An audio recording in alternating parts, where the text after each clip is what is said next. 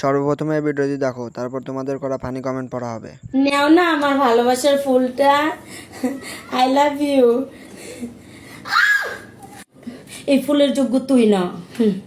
যখন আমি কালো ছিলাম তখন তো আমাকে পছন্দ করিস না, এখন সুন্দর হয়েছি।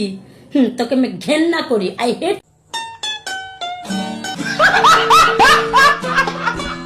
तो चलिए शुरू करते हैं। পরিবর্তন দেখে কমায় আছি।